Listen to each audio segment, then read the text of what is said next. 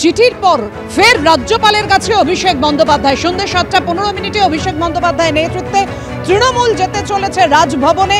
BJP এনআইএর যে আঁতাতের অভিযোগ, সেই অভিযোগ জানাতে ফের রাজ্যপালের কাছে অভিষেক বন্দ্যোপাধ্যায়। বিস্তারিত জানাবেন আমাদের প্রতিনিধি কৃষ্ণেন্দু অধিকারী। কৃষ্ণেন্দু,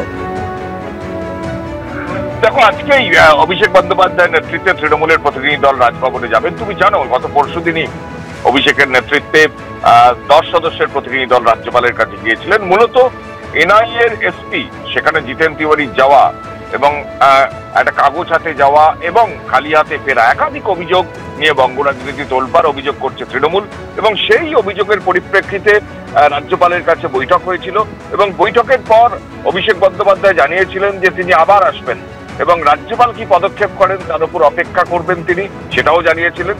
এবং রাজ্যপালকে নির্বাচন কমিশনের দ্বারস্থ হওয়ার কথাও বলেছিলেন, আর্জি জানানো হয়েছিল তৃণমূলের তরফে।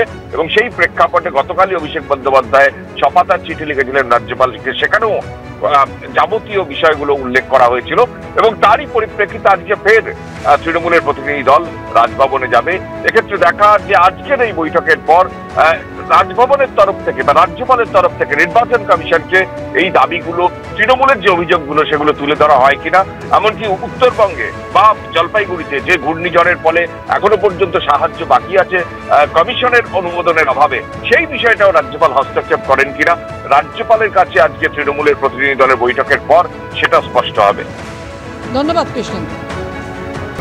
ভোটের মুখে ডায়মন্ড হারবারে সন্ত্রাস, বিজেপি নেতার ছেলেকে অপহরণের অভিযোগ, মারাত্মক অভিযোগ এনেছেন বিজেপি নেতা শঙ্কুদেব পণ্ডা।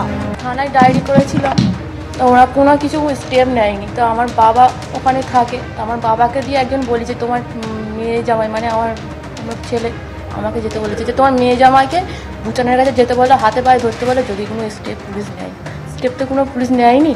কোনো কর্মীর দ্বারা আমাদের বলেছে, একটা কথা বলেছে যে ওকে টোটাল ভুটানের কাছে গিয়ে যদি হাতে পায়ে ধরে আমাকে, আমি যেহেতু পঞ্চায়েত সদস্য, আমাকে যদি ওদের কাছে গিয়ে মানে হ্যান্ড ওভার হতে হবে, যে ওদের টিএমসির এতে ঝান্ডা ধরতে হবে, যদি ধরতে পারো করো, নাহলে তোমার ছেলে পাবে।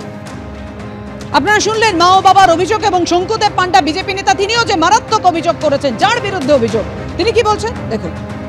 জানি ওই বুথে একটা বিজেপির সদস্য জিতেছে এবং সদস্য আছে জানি, কিন্তু আমি ভালোভাবে ওর মুখও চিনি না। আমি তো এটা কেস করবো, এরকম বড় অভিযোগ দিয়েছে, যেটা তৃণমূল কংগ্রেসের এত দুর্ভিক্ষ দেখা দেয়নি। একটা বাচ্চাকে কিডন্যাপিং করে হুমকি দিয়ে ভোট করবে, তৃণমূলের সেই জায়গায় যায়নি, বজবজ 2 সেই জায়গায় যায়নি। অতএব যারাই বলছে না ভিত্তি। যখন যে কোনো তদন্ত প্রক্রিয়া যখন চলে, যে কোনো সাক্ষীর যে উইটনেসদের এক্সামিন করে আয়োরা, সেই আয়োদের উইটনেস এক্সামিন করার এবং সেই উইটনেস দের যে বক্তব্য আছে সেটা রেকর্ড করার যে স্পেসিফিক যে নিয়ম আছে সিআরপিসিতে, সেই নিয়ম অনুযায়ী রেকর্ড করা হয়, সেটাই করা হয়েছে, এক্ষেত্রেও করা হয়েছে। আপনার দ্বিতীয় প্রশ্নটা ছিল না, আমি সেটাই বলছি যে এখনো পর্যন্ত টিল ডেট আমরা যে ইনভেস্টিগেশন চালিয়েছি, এখনো পর্যন্ত কোনো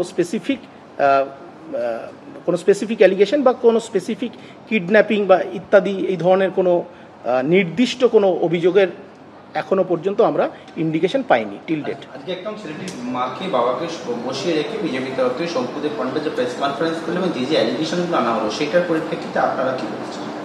না, আমাদের তো টোটাল জিনিসটি আপনাদেরকে বললাম যে যেটা বলা হয়েছে যে বুচন বলে একজনের নাম করা হয়েছে, সেখানে গেলে ছেলেকে পেয়ে যাবে। বুচন পুরো টাইটেল বলা হয়নি, যদিও বুচন একজন সভাপতি আছে বজবজ 2, তাহলে কাকে উদ্দেশ্য করে বললো এই ব্যাপারে? এটা তো যারা মন্তব্য করেছেন তারা এটা ক্ল্যারিফাই করতে পারবেন। পুলিশের তরফ থেকে আমি যেটা বলতে পারি যে আমরা এখনো পর্যন্ত আমাদের যে ইনভেস্টিগেশন আছে, ডিউরিং আমার ইনভেস্টিগেশন আমরা যে এভিডেন্সেসগুলো কালেক্ট করেছি, সেই এভিডেন্সে এখনো পর্যন্ত আমরা ওই ধরনের কোনো ইন্ডিকেশন পাইনি। হাউএভার আমি একটা পার্ট সবসময় বলবো যে ইনভেস্টিগেশন তো একটা স্পেসিফিক টাইপ অফ প্রসেস, একদম ডিটেলড ইনভেস্টিগেশনটা আমি হয়তো এখানে মানে আপনাদের সামনে রাখতে পারবো না, কিন্তু ইনভেস্টিগেশনে মোরলেস কি করা হয়েছে সেটুকু আপনাকে জানালাম।